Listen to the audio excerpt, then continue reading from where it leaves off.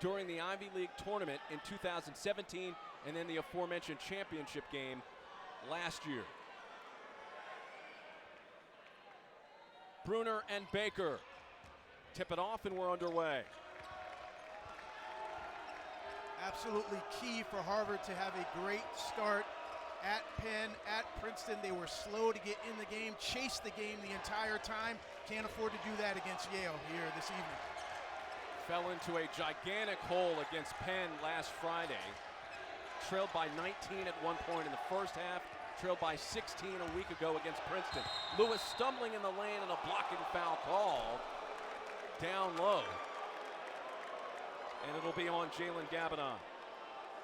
Tommy Amaker, 13th season as a leader of the Harvard Crimson. He's done a fantastic job with this program. Excellent job, and in terms of leading a group that is 2-2 and was preseason #1 going into the season, there's no better coach to lead this group than a man who's done it before on the court as a player and certainly coaching this team at a high level.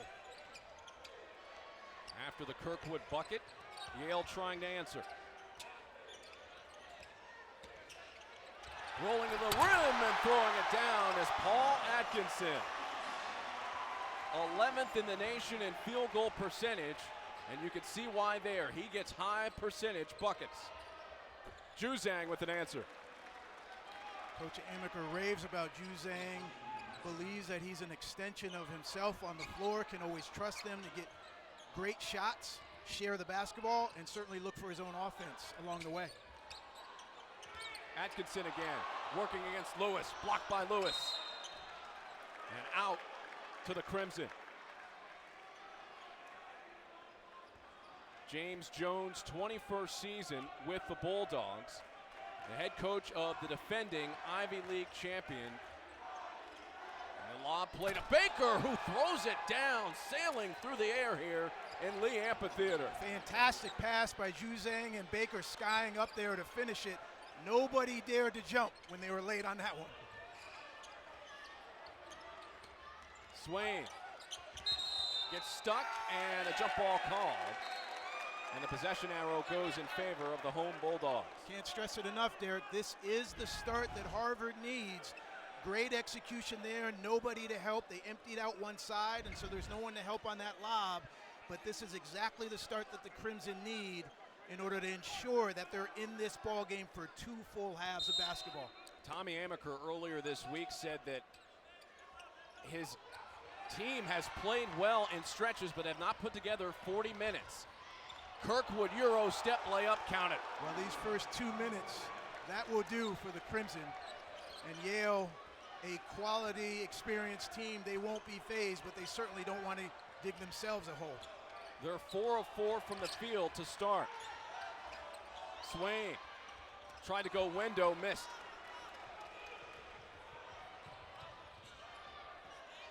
Juzang on the attack against Monroe. The miss. Bassi tried to tip it back up and in. Couldn't get the follow. 5 on 4 right here. Atkinson once again down low, lays it in. Poor job from the Crimson. Juzang was slow to get up and get back in transition. 4 defenders definitely have to cover the basket and force Yale to score from the perimeter. Lewis turns left, hook shot, missed everything. Loose ball and a steal. 2 on 2. Kirkwood getting inside and scoring. So Kirkwood already with 6.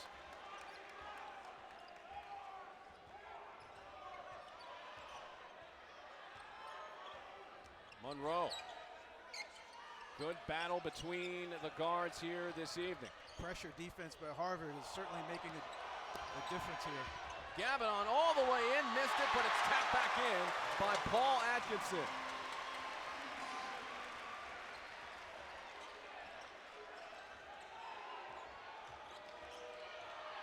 Kirkwood. Now Baker working.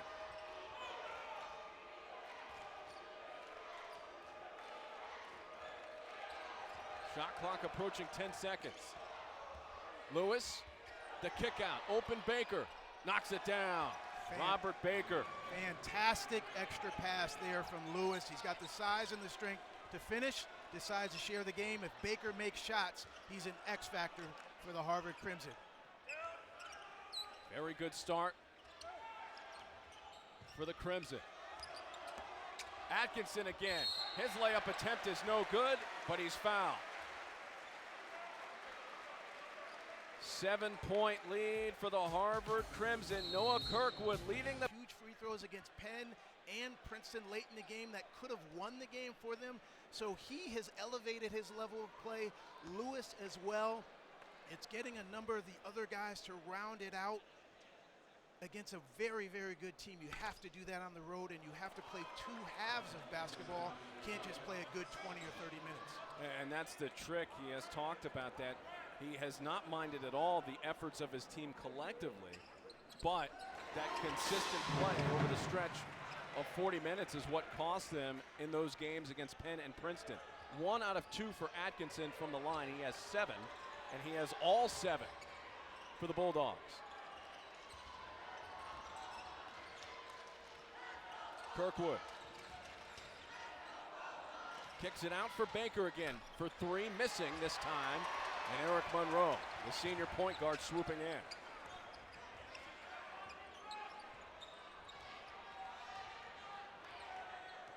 A slower start for Yale than what we've seen in previous Ivy League outings. And so important for Harvard to get this good start, to keep a great crowd here at bay, really not too much involved in what's going on the court. Atkinson, rare miss at close range. He caught it off balance. He's human.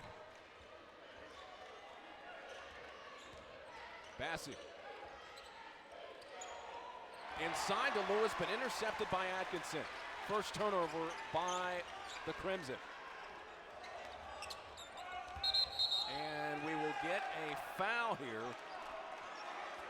going against Yale. And guess who? Number 10, getting himself in position. Weak side defender, takes a charge. Got himself completely outside the arc as a secondary defender and gave his body up. Monroe will be charged with a foul. 2 turnovers, by the way, for the Bulldogs thus far, as Kirkwood will get a breather. Check that, 3 turnovers now for Yale. Chris Ledlam, the freshman, in the mix, as is Mason Forbes. Juzang all the way in, missed the layup. Good contest by Wyatt Yes, who's in off the bench. Bruner lobbed in for Yes, taken by Juzang. Terrific battle there by the young player. Ledlam steps into a 3. That's short. Gets his own miss. Back into it and lays it in. So Ledlam with the bucket. And it's a run of 13-5 here for the Crimson. Coach Amaker likened Ledlam to Vinnie Microwave Johnson from the Detroit Pistons in the late 80s. That 3 is good by Jordan Bruner. Huge shot there. Yale's kind of been languishing in the half court. Everything good that's happened has been Atkinson. It's nice to see another Bulldog step up and get involved.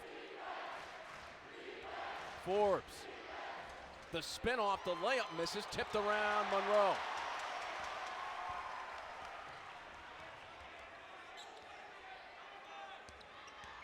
Bruner working against Forbes. Step back, short. And Danilo Juricic with a board. You can hear Coach Amaker exhorting his troops, especially Juzang, push the pace, score early and easy in transition. You don't want to face Yale's 5-on-5 half-court defense all night long. Juricic for 3. So Juricic in off the bench, and Sidney, he can fill it up from the outside. Well, in this entire Harvard bench, a lot of the coaches in the league that I've spoken to have mentioned that the second unit for Harvard could contend for an Ivy League championship. 8-point lead here for the Crimson, as the foul off the bump picked up by Mason Forbes.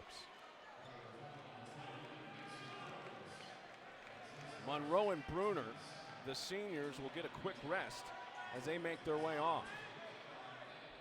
Derek, almost every game that Harvard has played, I think with the exception of 2 games, Harvard's bench has outscored their opponent's bench. So you're in for a treat in terms of looking at the second group. A kid like Haskins, who plays tremendous defense, makes some things happen. A lot of the Crimson can score coming off their bench. Swain answers right back with a steal of his own. Atkinson barreling in down low, bucket waved off. It'll be called on the floor against Forbes. You see Haskins, he was able to get out in transition, but Swain is never going to put his head down. He's one of the toughest kids who's on Coach Jones's roster, and then they're looking for the big guy because Atkinson is a down low. I told you, if he doesn't make the shot, he's normally going to get fouled. He is so efficient on that block. Matthew Cotton out there for Yale. Swain launching a 3. Azar Swain, the best in the Ivy League in terms of 3-point makes per game, cuts it to a 5-point lead. You have to come in this building and start well because this experienced group is never going to put their head down. They're going to come roaring back. Nice answer there from Haskins. The Virginia native, off balance, gets the jumper.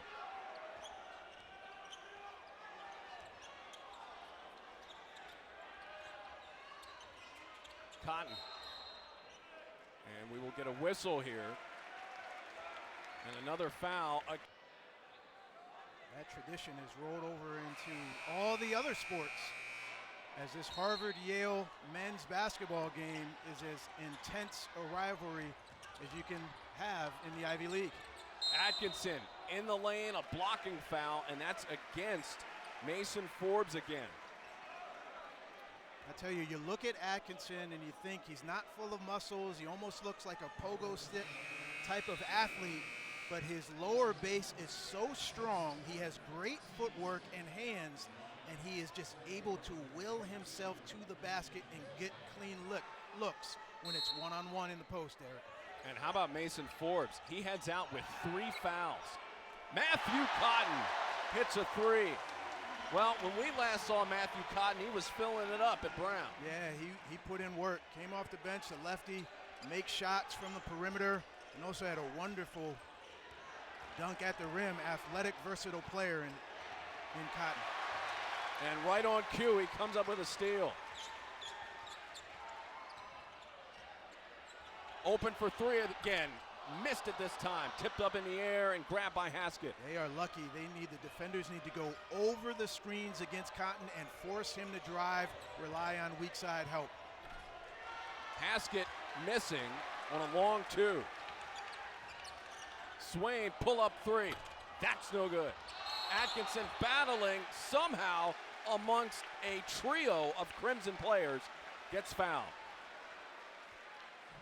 Coming up on Saturday, number 7 Duke takes on North Carolina.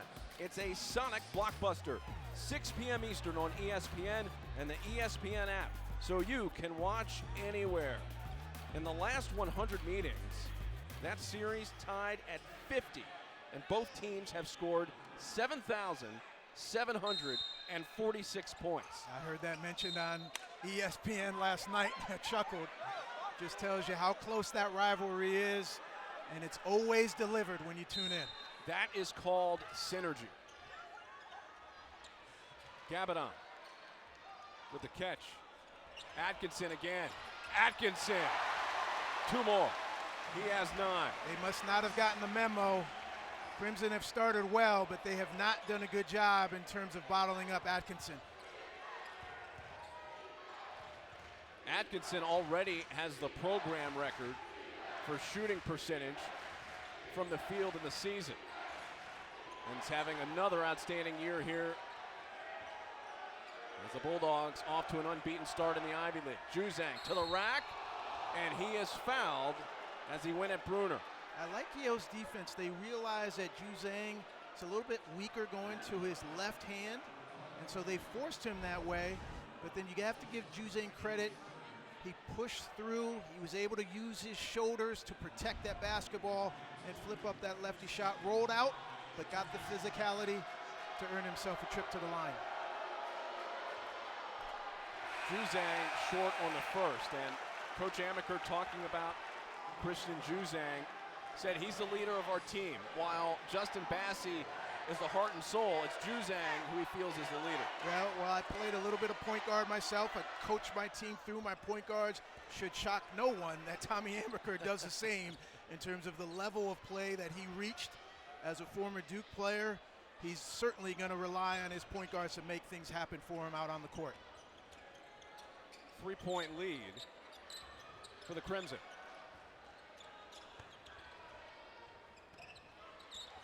Cotton with space momentarily, but closed down. Atkinson's pass to Cotton for three, no good.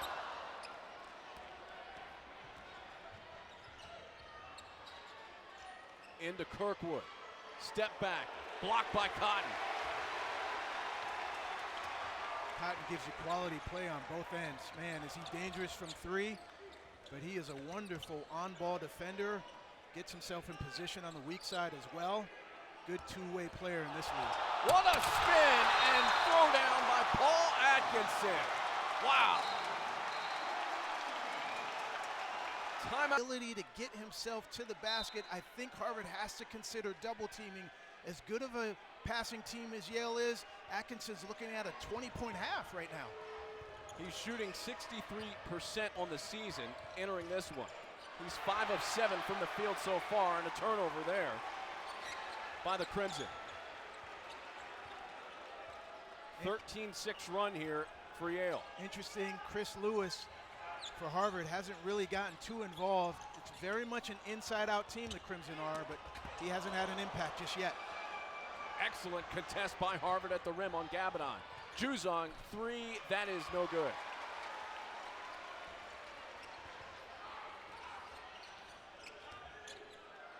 Atkinson open, just off. He can make wide open shots from there. He's shooting 4 of 8, 50% from the field, from the three-point line, but again, most of his damage is done in the paint. Turnover as it looked like Kirkwood stepped out of bounds. That's number 5 for the Crimson. LeBron and the Western Conference leading Lakers take on the Warriors. Our coverage tips with a jump at 8 Eastern, 5 Pacific on ABC. And you can always watch both on the ESPN app from anywhere. LeBron James and the Lakers coming off of a loss last night to the Houston Rockets. And we'll try to rebound tomorrow on ABC. Atkinson spinning again, and he gets fouled again. Well, you get the double team right there. Absolutely, but Ledlum came across his arm, and so he's got to come right away and trap him, not come across those arms. And then he allowed him to split as well. So if you're going to double team, the two defenders' bodies have to come together and not give Atkinson any lane to pass the basketball. Can't hit on the free throw. So this start, a far different tenor from what Harvard experienced last weekend. And still clinging to a 1-point lead after a pair of misses by Atkinson.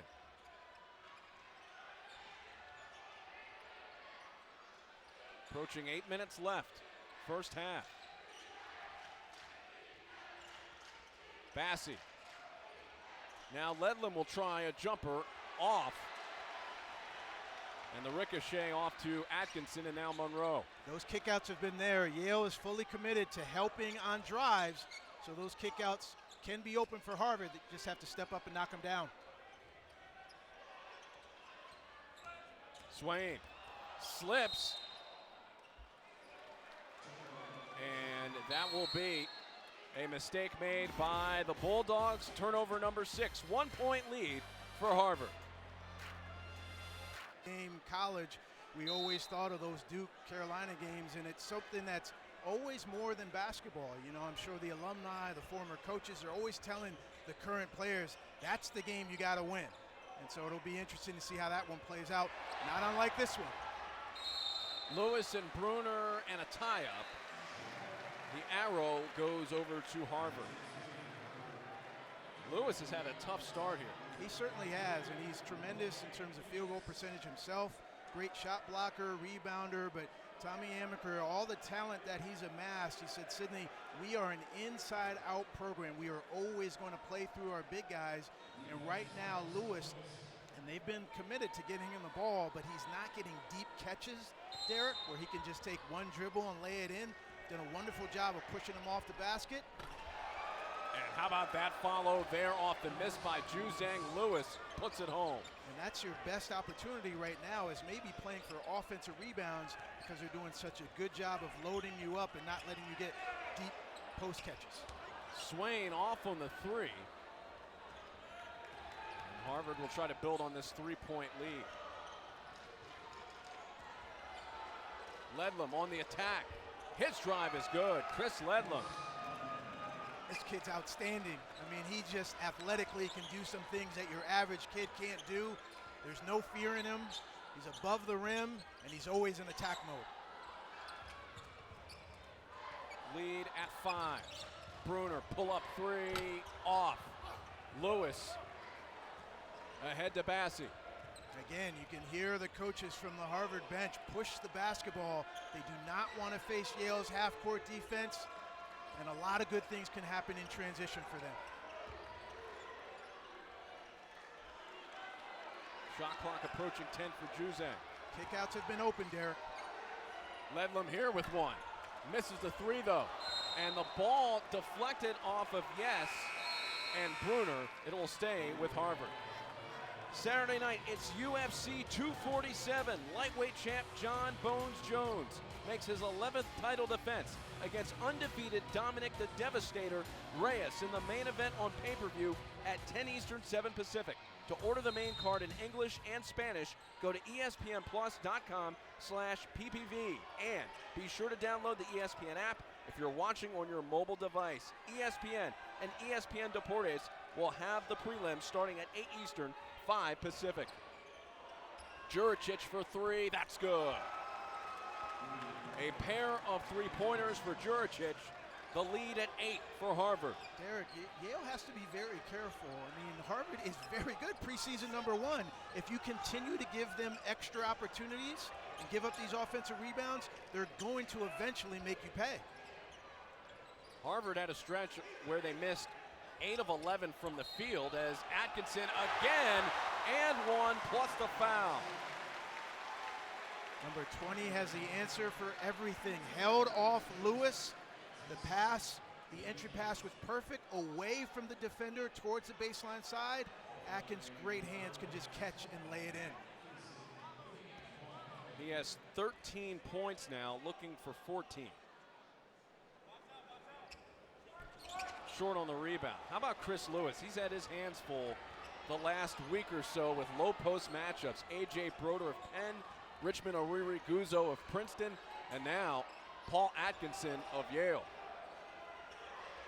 Ledlam with a nice feed to Juricic. His layup is good. The bench play has been outstanding for Harvard. And going back to your point about the bigs in this league, if fans who are not familiar with the H and 8, if you want to see great center play, there's a load of them in just about every team in this league. Lobbed into Bruner. Couldn't get it once, couldn't get it twice. Lewis with a rebound. 9-2 run for Harvard. Make it 11-2 for the Crimson.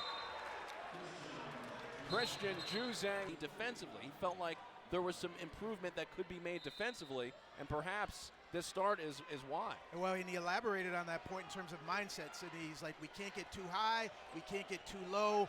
Complacency, that's what he's guarding against, and I think there's a little bit of that. Now these kids will respond, but there's a little bit of complacency right now in terms of dealing with a really good team that's 2-2, but man, they're as good as any team in the league in terms of Harvard. Ledlam in, and he is fouled. So the foul will be picked up by Atkinson. Oh, check that. That'll be against Cotton. Largest lead of the game here for Harvard at 10, 32-22. Ledlam is given quality minutes off the bench. Juricic as well. And Haskett has a steal. Haskett in, and he lays it in. Rio Haskett. 13-2 Harvard run.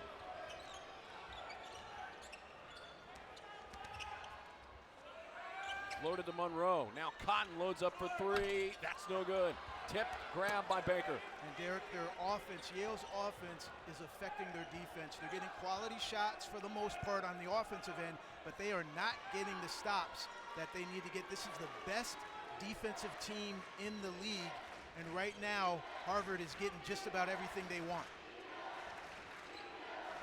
Under 3.5 left in the half.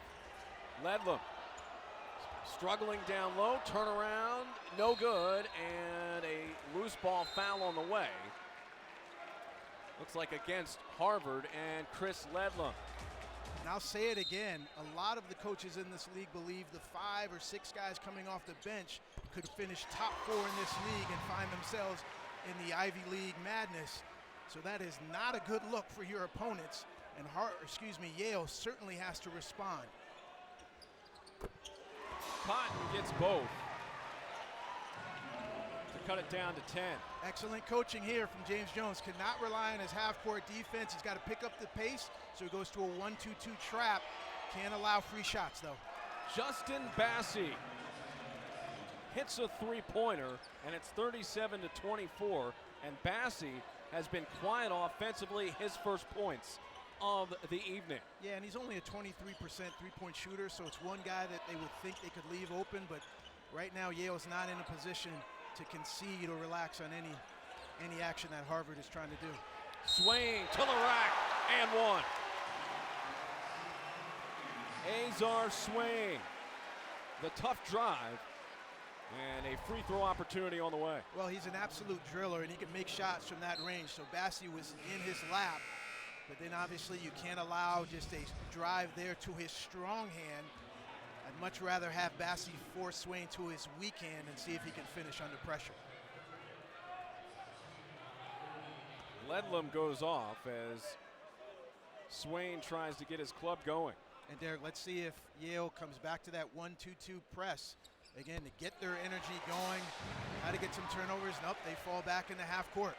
That's the third personal foul for Ledlam. By the way, Mason Forbes also has 3. So the foul's mounting for Tommy Amaker's club. And that's about the only relief that Yale has, because they really didn't have the answer for Ledlam. He was driving at the basket, finishing, and also battling for offensive rebounds. And a travel on Robert Baker. Number 6 for Harvard. That's one thing that's plagued the Crimson. They're minus 50 in terms of assist to turnover, so they've got to cut that down, but right now they do have a bit of a cushion. Getting a stop here will help them get past that turnover. Swain, checked by Baker. Fade away, Jay, blocked by Baker. Great length there from Baker. Kirkwood gathers himself and lays it in. That was so pretty. That was so pretty. Reverse with a little bit of English. Love it from Kirkwood. Under duress, Kirkwood with 8.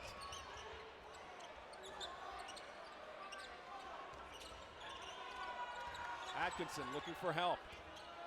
You know, one young man I'd love to see step up a bit, Jordan Bruner, senior, started on last year's Ivy League championship team. He really hasn't gotten involved except for the 3 earlier in the game. But Baker, yeah, had just a tremendous length there to block the shot. Look at that, full extension, leads his teammate in transition. Kirkwood, man, instead of switching to the left, just put a little bit of finesse and curl. Ooh, George Gervin-esque on that. Love to see that finish from Kirkwood. Cotton on the way with a second, and that is no good. Cotton, his father, played basketball at Lincoln University. Continuing that basketball bloodline.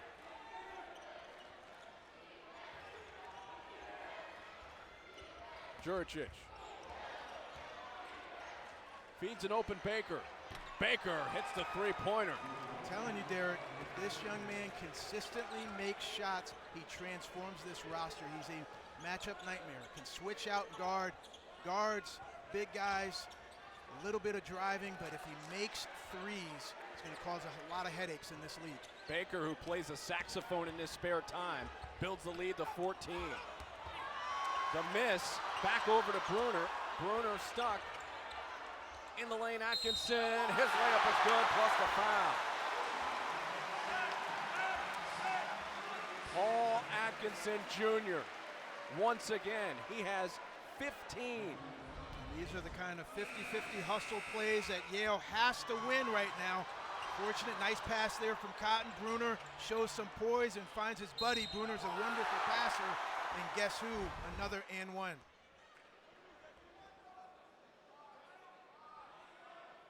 Trying to hit point 16, and he can't. Derek, his struggles from the free throw line continue. I would imagine that halftime is going to be pretty loud for the Yale Bulldogs. Coach Jones has to light a fire under his guys because it's a little bit quiet in here, and their energy certainly has not matched the Crimson.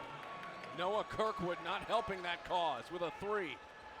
11 points for Kirkwood, the largest lead of the game for the Crimson. Student section's almost stunned. And so you're really going to rely on their leadership. Monroe, Bruner, Atkinson, Swain. They have got to show the way in a situation where Yale normally is not trailing like this. Monroe. Down low to Atkinson, and he does it again.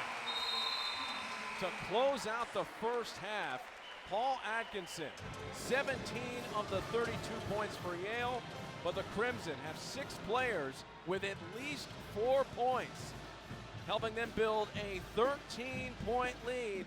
We'll be back with more. Stay tuned. Guys against Princeton and Penn, yes, we got down, but we battled back, and that's everyone from top to bottom. That's certainly what they're doing here with a great start. These young men have been ready to play right from the jump. Nearly lobbed in there, but deflected by Baker to start off half two. Atkinson, hook shot, right hand, short. Bruner right there to follow. He can't get it, and Lewis with the rebound.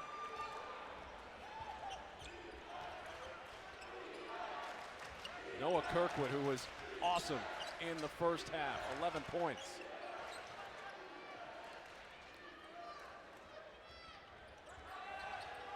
Bassey driving in, loose ball, and a steal by Atkinson. The fourth time Atkinson has been able to come up with a steal here.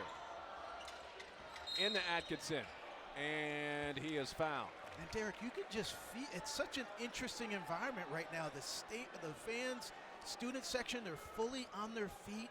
They're just wanting a breakthrough so badly, but Yale just can't put it in the basket.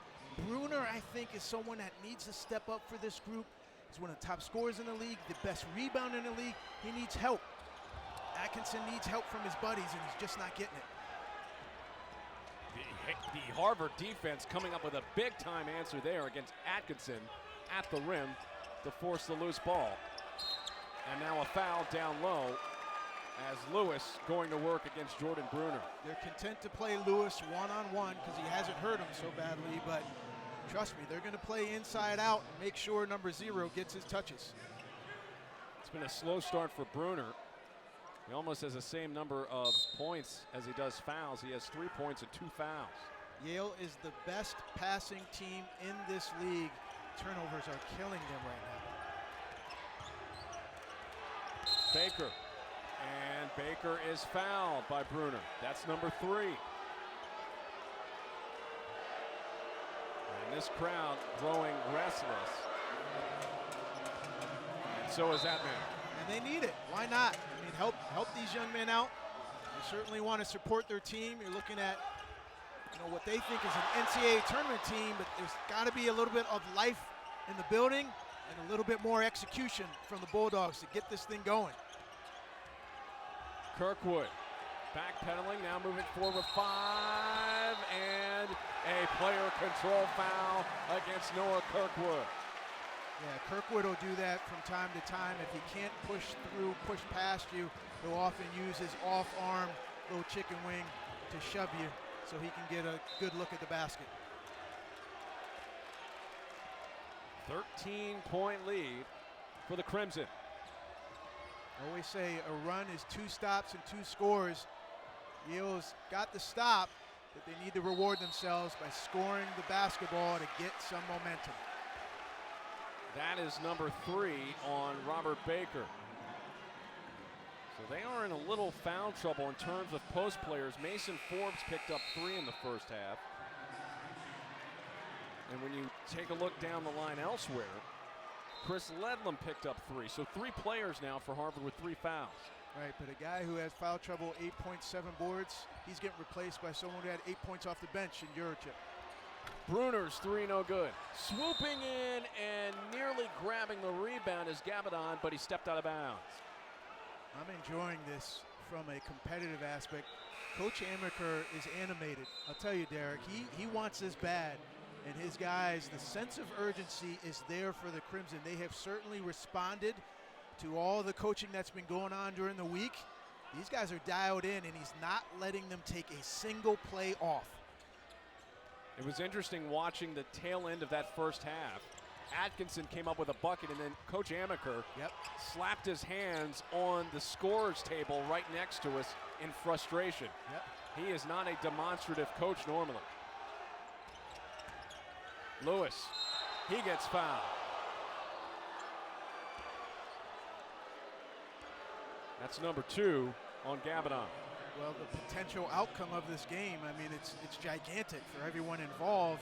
And listen, you know, I've coached against Tommy Amaker, and I have a world of respect for him. You don't get to where he was as a player and as a coach without understanding the moment, making sure you're mindful, and getting the job done in big moments with your back against the wall. That's what Harvard's looking like right now. They are trying to avoid a turnover here, and Lewis could not catch up to it as he lost that ball in the lane. That's the 9th turnover of the night by the Crimson. Good defense by Yale. It's the offensive end where they haven't rewarded themselves. One-on-one defense there. Atkinson shows his strength and doesn't allow Lewis to back him down under the basket. Monroe, and a blocking foul called on Christian Juzak. That's his first. To finish up a point on the standings, when you look at what this could mean tonight, if Yale wins this game, it would be Harvard's 3rd straight loss in the Ivy League. You're going to have to do a little digging during the Tommy Amaker era to find many occasions where they lost 3 straight Ivy League games. Swain launches a 3.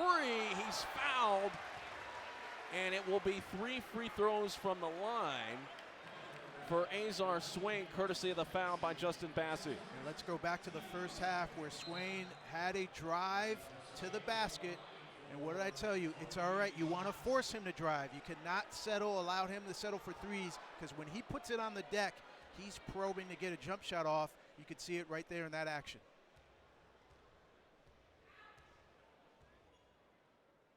The former football player at the line for the first. He has 7.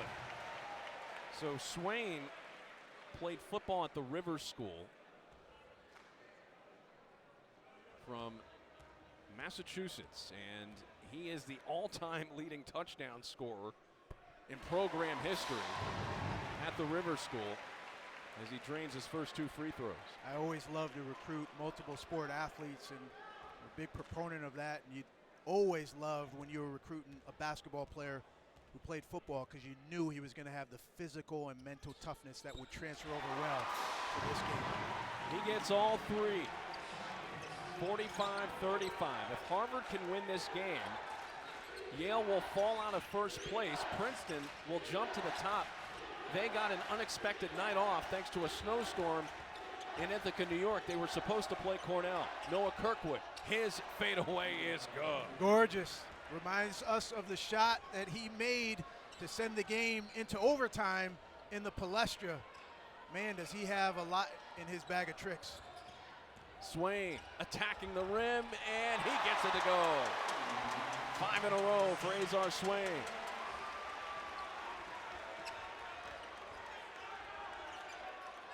Kirkwood closed out. Had a look at a 3 for a split second. Juricic all the way in. Danilo Juricic with a bucket. Every time Yale has done a couple of things well, Harvard responds.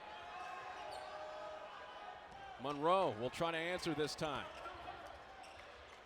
Outside to Swain. History is good. Azar Swain. getting hot at the right time. He's got 14. Well, we're looking at the reigning Ivy League Player of the Week. And he's trying to will them into this game before it gets out of hand. Lewis. Bassey now to the rack. Bassey is fouled. 49-40. We have Yale and Princeton currently undefeated in conference play. Those are two of 8 teams across the country, Derek, who are undefeated in league play. Princeton essentially assures themselves of holding on to that because of that postponement. And now the Yale Bulldogs, they've got their back up against the wall. Missed free throw there, 1 out of 2. A footnote on the Princeton situation. Earlier today, they were on their way towards shoot-around. Their bus broke down, and they had to walk back to the hotel. Not ideal. Look like some cold tigers. I saw the footage on social media. 8-point game. Kirkwood. Outside, he'll launch. Connects. Noah Kirkwood along 2. This kid can ball, man. I'll tell you what, only a sophomore just makes it look so easy.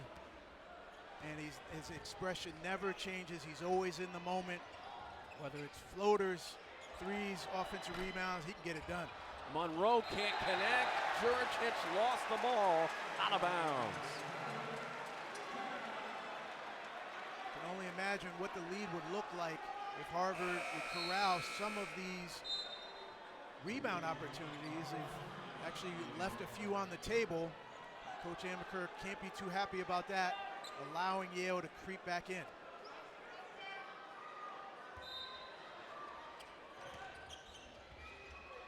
Monroe looking for help, goes to Gabadon. He slips, loses the ball, turnover. Back over to Harvard. Number 8 for the Bulldogs. Yale relies on solid man-to-man. They sprinkled in a little bit of a press, but they're going to have to grind this out. And right now, they have to win every single 50-50 ball. They can not allow anything to chance because Harvard is clicking on all cylinders offensively and defensively. You see this motion offense is trying to use clock and then get a great shot late in the possession. Juzang misses, and Wyatt Yes with a rebound. Not a bad shot. Banged a couple of those early in the first half and got the switch. Had Yes guarding him out of the perimeter. Gabadon for 3, missed it. Back is Kirkwood, he'll try it. He misses, loose ball, and it's Swain for Yale.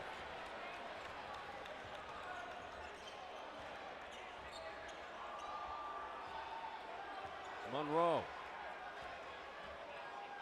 Very good job done defensively here by this Harvard team to clamp down on the outside ability at times of Yale. Swain in, he lays it in.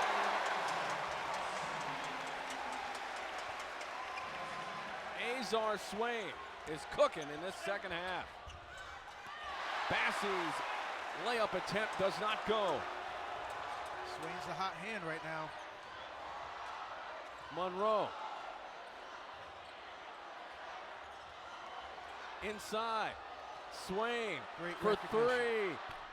Oh, that would have brought the house down. Instead, it's a loose ball, and it is out of bounds. Let's see what the call is. It will be Yale ball.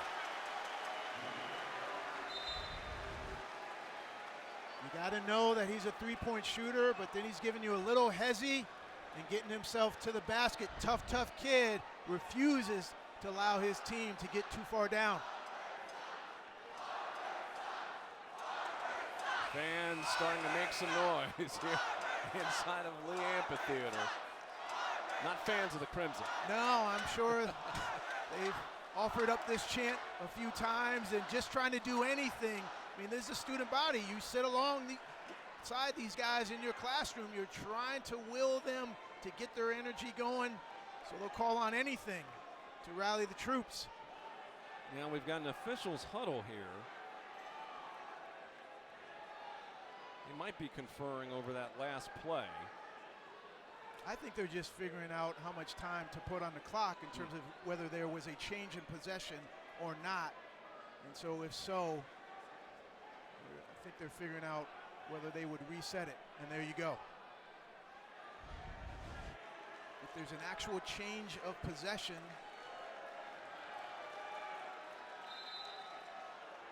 so they decided so, and so then they'll put a full reset, which is 20 seconds on the shot clock.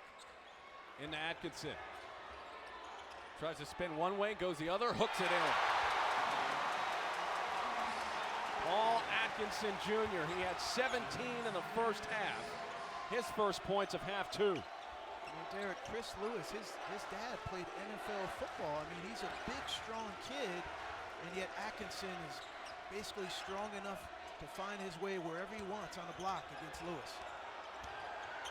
Lewis left, couldn't bank it in. It is Atkinson with the rebound.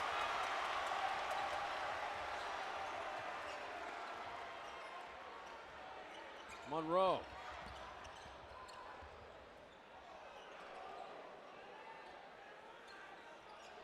Swain, he'll launch. The miss taken out of the air by Baker. He's not going to shy away at all. I would have loved for Bruner to catch and at least look at the basket. He's a very good three-point shooter, but he caught the ball and he immediately went into a dribble handoff to Swain. Down low for Lewis, and he is fouled. Atkinson, perplexed. Player he was in his day. As you can see, fantastic on-the-ball defender that also could run your team. Chris Lewis with nearly an exceptional lob dunk, but he could not finish it off. And the same thing that happened when they ran that play against Penn, I would love for Lewis, if you can't dunk it, just lay it in. Grab it with two hands, come down, and then go back up and finish. The basket's really important. Atkinson tries to finish at the rim, and he is fouled. He'll go to the line for two. This is the closest it's been since it was 30-22 in the first half. Yeah, this is a tenuous moment now for the Crimson. As we talked about, every run that Yale has made, the Crimson have responded, but not so much as of late. First by Atkinson is good. He has struggled from the free throw line here this evening. Easily would have had a 20-point half if he had made his free throws in the first half. All 21 games now this season for Yale. Atkinson has been in double figures. The miss is grabbed by Cotton, and he stepped out of bounds. Great effort, but he could not stay in bounds, and it goes right back to Harvard. Good for you, Derek. That's right. The effort was there. I love that Bruner kept that ball alive, and then Cotton hustled for it. Those are the type of energy, 50-50 plays that Yale has to have in order to try to win this game.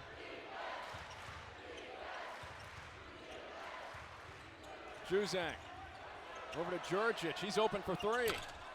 The miss and the rebound to Cotton. Swain, open lane, got fouled at the rack. He'll go to the line for two. And let's give all the credit in the world for Eric Monroe. As he came across half court, he knew exactly where his backcourt partner was, and he allows Swain to get a touch. He's the one with the hot hand, easy call. But it was at half court that Monroe identified where his buddy was. For all you kids at home, basketball IQ, that helps you win games. It's a big moment here for Yale to continue to creep away, or pick away at this lead. Swain's first is good. As you see, Monroe is always probing, looking left and right. He knows his buddy is in a groove. Obviously, Atkinson at the rim, but he's looking for number 5. And he's also in a flow, right? Last week, Ivy League Player of the Week. So as a point guard, I'm going to make sure my buddy continues that rhythm. I'm going to look for him and make sure I give him the basketball. Wins over Columbia and Cornell last week for the Bulldogs. Over 4 minutes since Harvard has scored. 9-2 run. Basket three, rattles out. One possession game. And what have Harvard's struggles been in league play? 2 good halves. They were excellent, phenomenal in the first half. A little bit of a lull here in the second.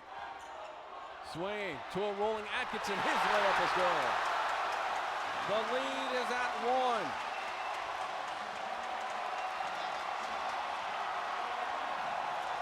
An 11-2 run. Haskett's jumper cuts into it. Rio Haskett quiets the crowd, perhaps momentarily.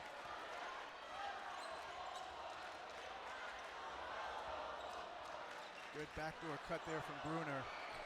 Cotton short on a long 3 that was contested. Juzang on the move.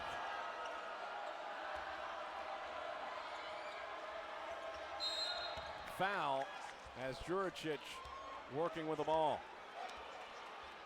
3-point lead here for Harvard.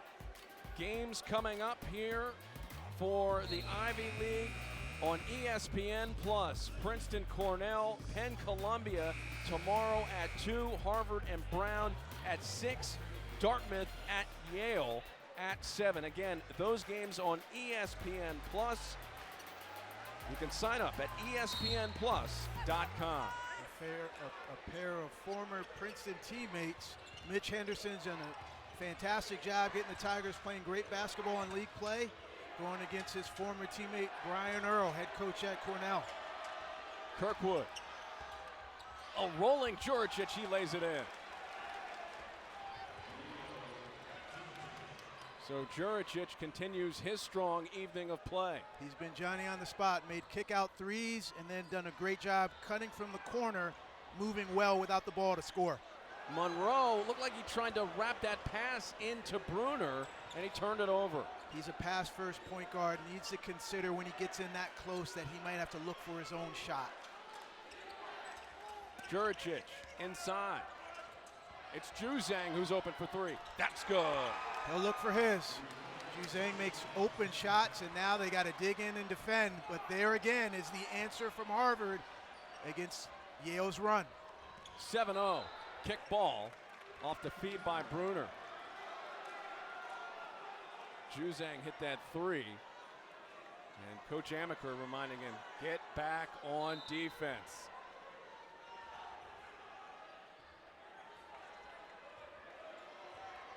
Monroe falls to the floor, and he may have had some help.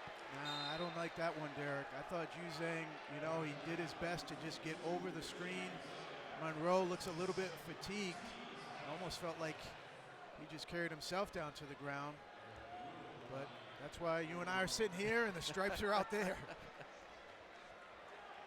Monroe at the line, and wearing those goggles that he has basically been wearing for most of his life as he hits the free throw whenever he plays sports. He suffered an eye injury as a kid playing soccer,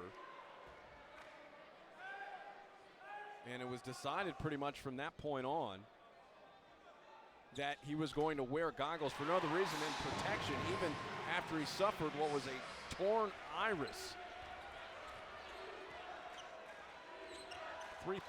A 6-point lead here for the Crimson. Baker again for 3. This one's off. Loose ball, and it's retrieved by the Crimson. Juzang to the rim. Got it, plus the foul. Christian Juzang flexing, and who can blame him with that finish? And once again, it's the extra opportunity. Bassey, heart and soul of this team, hustles in there to get the offensive rebound, finds his teammate, and then Juzang again, weak-handed drive to his left and gets it up and off the glass. This young man has played well, but there's a whole lot of Crimson that we could say that about, and that's what put them in this position.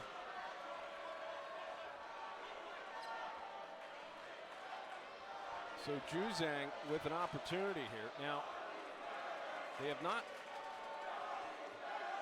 officially added now they have added the bucket. It was not added in-house. As Juzang finishes off the 3-point play, the lead goes back to nearly double figures for the Crimson. And Yale, the way they got back in, Swain took control. Atkinson obviously has been really good, but that 1-2 punch has been effective for them. Swain again.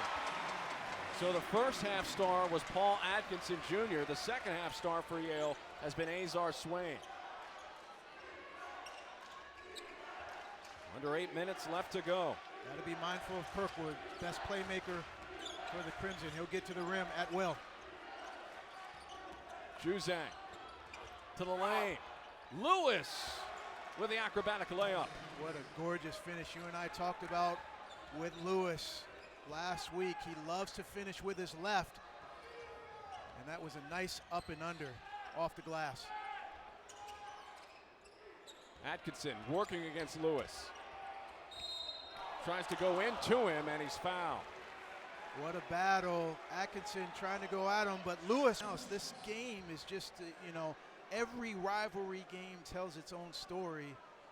And right now, whether it's just the lack of full production from the roster against a very talented and well-coached Yale team, and then everything seemingly working for the Crimson, it's a pretty black and white game right now. 2 from Atkinson, who adds to his total. He has 24. Coming up after this game, it's Niagara versus Manhattan. Juricic, he'll launch and connect. 3 more for Juricic. He has 15. The product out of Brampton, Ontario, delivering off the bench for Harvard. Yale is top 25 in three-point percentage defense in the country. Not tonight. Yeah, they are off the mark in a lot of their normally statistical markers where they've been really very successful this season in terms of scoring defense, three-point percentage offensively. It's not happening for them thus far. You nailed it, Derek. Kirkwood pump fake and gets the bounce. Talking to Coach Jones, the 3 things they hang their hats on in terms of the Yale: defense, rebounding, sharing the ball. Defense has let them down. Rebounding, they haven't kept Harvard off of the boards in terms of the offensive rebounds. There haven't been a lot of times to get assists because they've turned it over. So those 3 things that Coach Jones holds his team to, right now it's a subpar effort for the Bulldogs. Swain with 22 now, but they are going to need help from other sources. Baker, his drive, and he finishes at the rim. Robert Baker, the senior, going hard to the post. He's got 10. Every kid in a Crimson jersey looks really, really confident. He's a rebound away, by the way, from a double-double.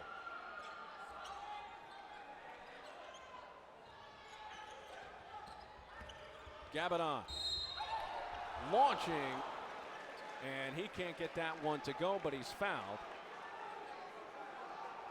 Coming up tonight on SportsCenter, we'll take a look at Friday's best performances as a part of Oscar weekend headed your way, and the mess in Philadelphia. Will the 76ers free fall continue? And a look at UFC 247, Jones versus Reyes, the weigh-in, coming up tonight at 1 a.m. on SportsCenter.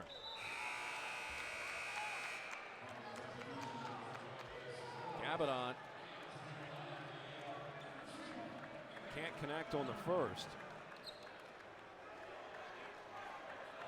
We'll get another crack at it here. And again, the opportunities for Yale have been plentiful from the free throw line. You look at that kind of discrepancy, you'd think normally the team who's in favor of that would be winning. Not the case.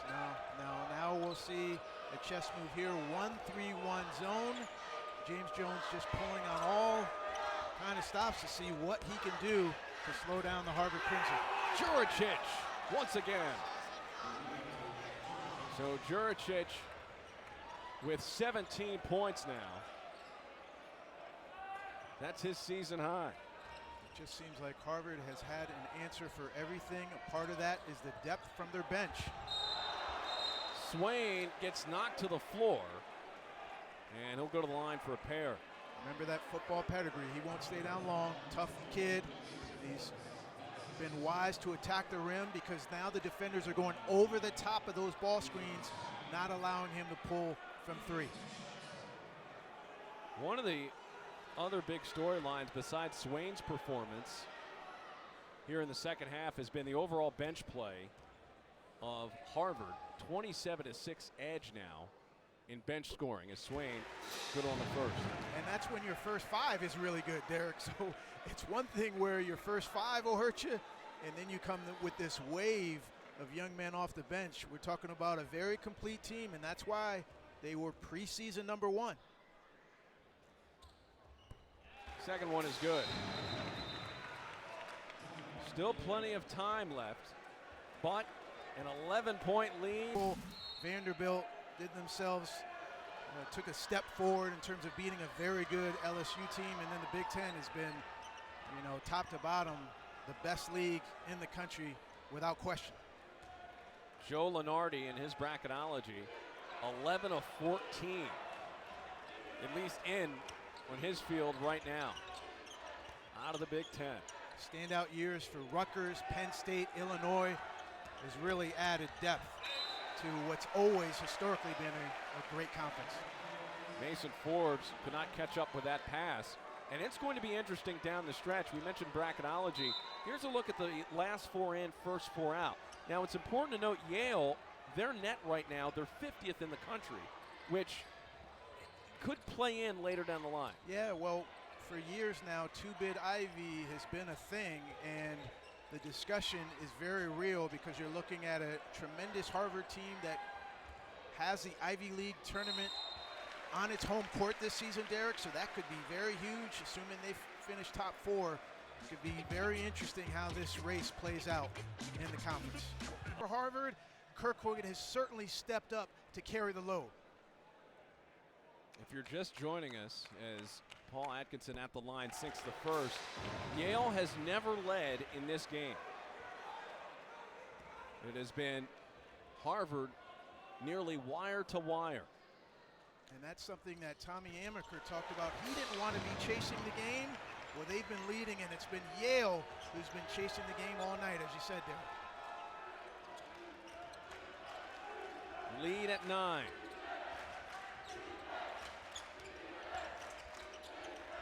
Outside to Juzang. Juzang open for three. Almost got it, but a rebound off the miss, and now Jordan Bruner is down. Not a good sign there. He has had an injury here or there in the past. We'll see if we can get a good look on the replay, but that's not a good sign. You're talking about a potential first-team All-Ivy performer, Jordan Bruner. Quiet night, and you can see, I mean, the crowd is very quiet because you don't want to see that. Bruner has been such a force. On the scramble, late contest. And just that left knee. I'm not sure if it was a right or left, but he certainly landed awkwardly. It looks like the left knee buckled a bit, and that's why he's walking off a bit gingerly. Bruner, one of the great shot blockers in program history. He is a defensive force on both sides of the basketball. I love the effort there. He didn't give up on the play, but I will say in that possession, Yale was basically scrambling, and Harvard was doing everything that they wanted to do in that possession, and it's kind of been a lot of that all night, which is why the Bulldogs are still looking at a 9-point deficit. They continue to look over at Bruner. Atkinson going back to it down low. Bumped. Not a problem for Paul Atkinson Jr. 28 points. A career high for Paul Atkinson. Best player in the league as far as I'm concerned. But they need more than just one guy to get it done. It's a very talented Harvard team, and there again is that push off from Kirkwood. They call it, and now maybe momentum starting to swing the way of the Bulldogs. Forbes heads out, Lewis back in.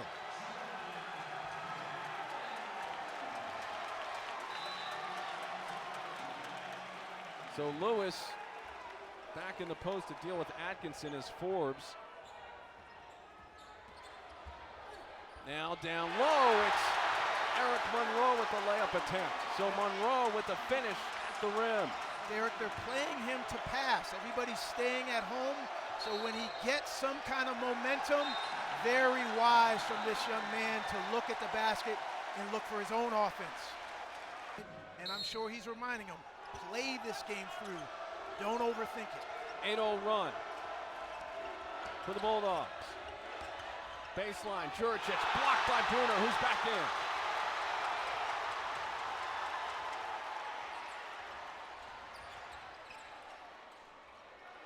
Swain trying to shake free from Juzang. He'll try a three and hit. Azar Swain cuts it to a 2-point game.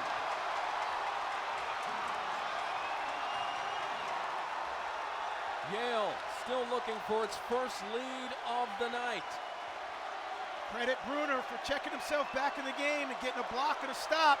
And then Swain has been the guy all night long with Atkinson. Kirkwood can't answer. Bruner with a rebound. If Swain doesn't shoot this, I'll be stunned. Well, playing within the moment. Gotta respect that. Monroe. Bruner now at work. Gets blocked by Juricic. It's loose, and Juzang comes away with it. You could see he was laboring towards that left and couldn't power through. Under 90 seconds remaining. An 11-0 Yale run has dropped the lead down to 2 for Harvard. And what will Harvard's execution be? They've lost a pair of single possession games. And a foul by Jalen Gabadon, who is considered Yale's best on-ball defender. And he comes up a little bit hurt, it appears, as he limps off. Tough play there, and that Juzang really wasn't going anywhere, and he was close to half court. I know he's probably thinking, and he is a fantastic on-ball defender, but I'm sure he's thinking steal, but why put Juzang at the line? Trust your defense, trust your help. You've gotten several stops in a row. This would be a pivotal moment here if Juzang can come through with these free throws. First points for Harvard in over 3 minutes.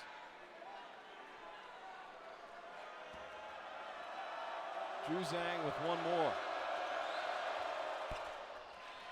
And he gets it 75-71. Of course, next year in Ivy League play, a scenario like this in many weeks will be just a one-game scenario. These teams moving forward tomorrow, back-to-back setup. Swain, baseline drive, his layup, no good. Juricic with a rebound.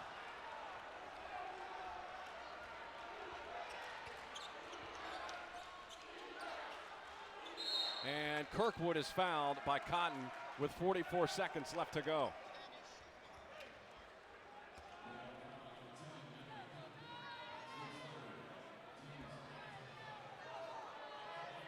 Coming up on Saturday, number 7 Duke takes on North Carolina. It's a Sonic blockbuster, 6 p.m. Eastern on ESPN and the ESPN app, so you can watch anywhere.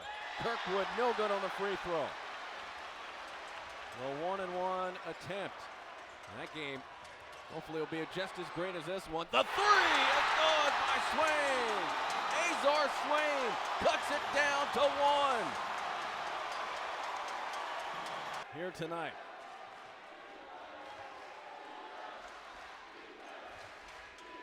Interesting lineup. They've got 4 guards here to be quicker and faster than Yale.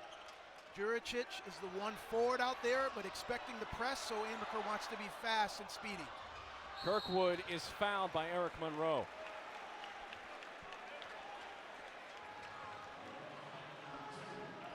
So a 1-point lead for Harvard. A reminder, more college basketball on the way as we head to the MAC Both Niagara and Manhattan are 5-5 in conference play with only 10 games left.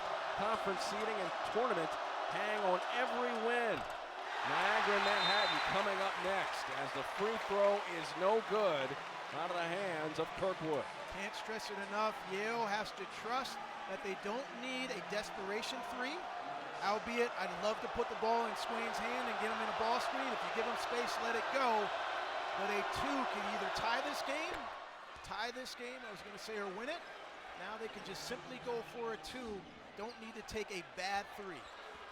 Double bonus both ways. Yale has 1 timeout left, Harvard has 2.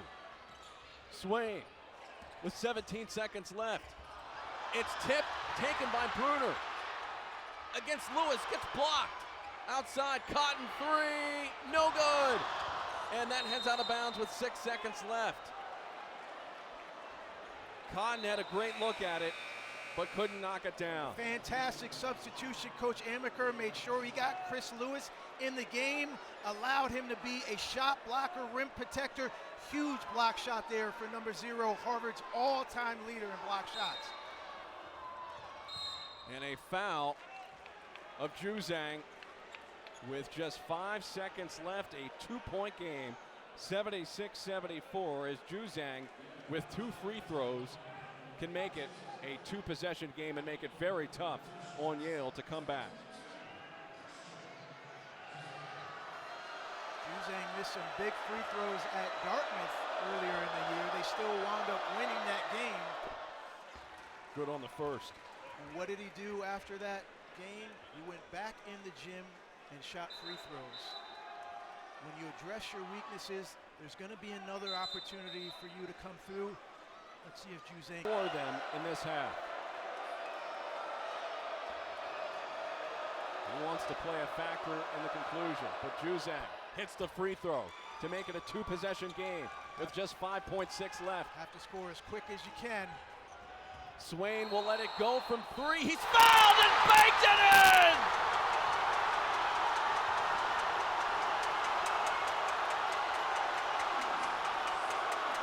You do not want that to happen if you are Harvard. A disastrous sequence of events.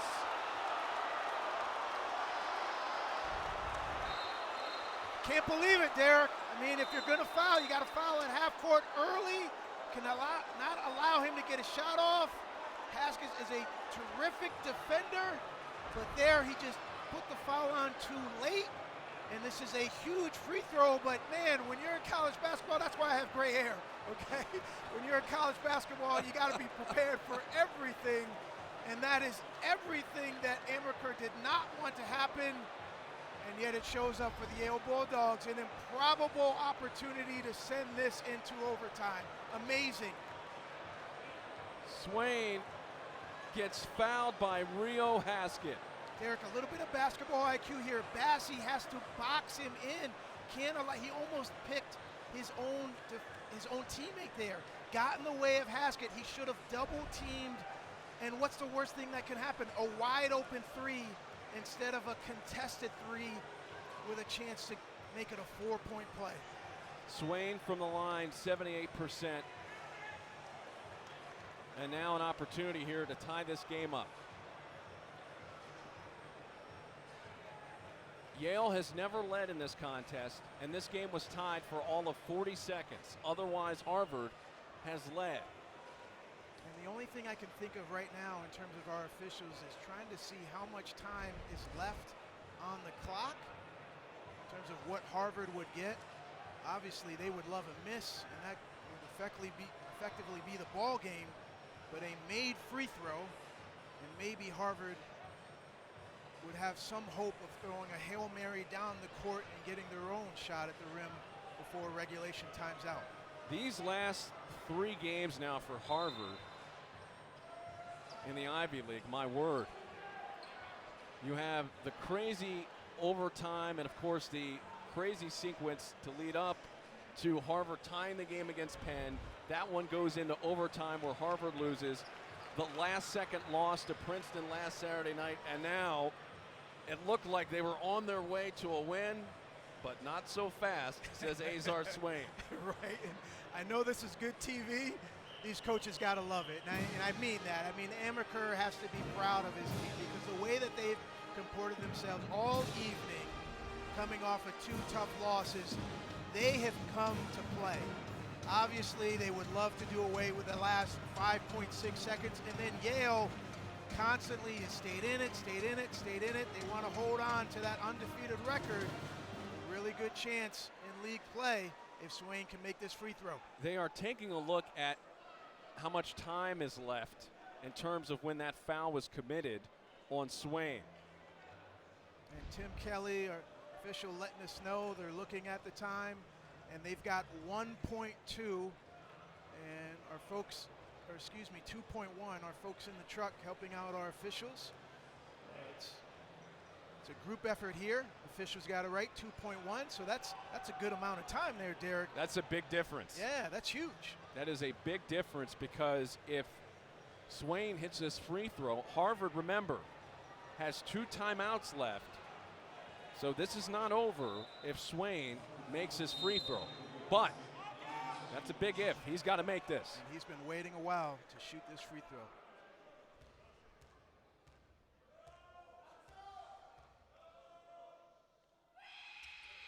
Missed it!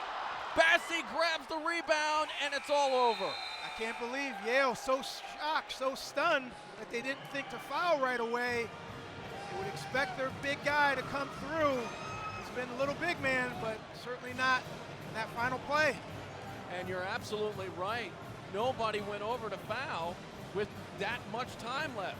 They were just staring, looking right at him, and I think it was just stunned, shock. Amazing play for him to be able to put himself in that position. Obviously, he'll feel bad about that missed free throw. It never really comes down to one play, but there, the improbable off the glass NBA 3, great focus, but he almost knew it. You can see his reaction at the line. He almost knew it as soon as it left his hand. It was a lot of time to wait, Derek, to shoot that free throw. Completely broke his rhythm and timing, cooled down, and just wasn't able to convert. And with that, Yale suffers its first loss in the Ivy League. Princeton jumps to the top of the Ancient Eight. Meanwhile, Harvard ends a 2-game losing streak as they finally get a win back on the road to continue this 5-game stretch of games on the road.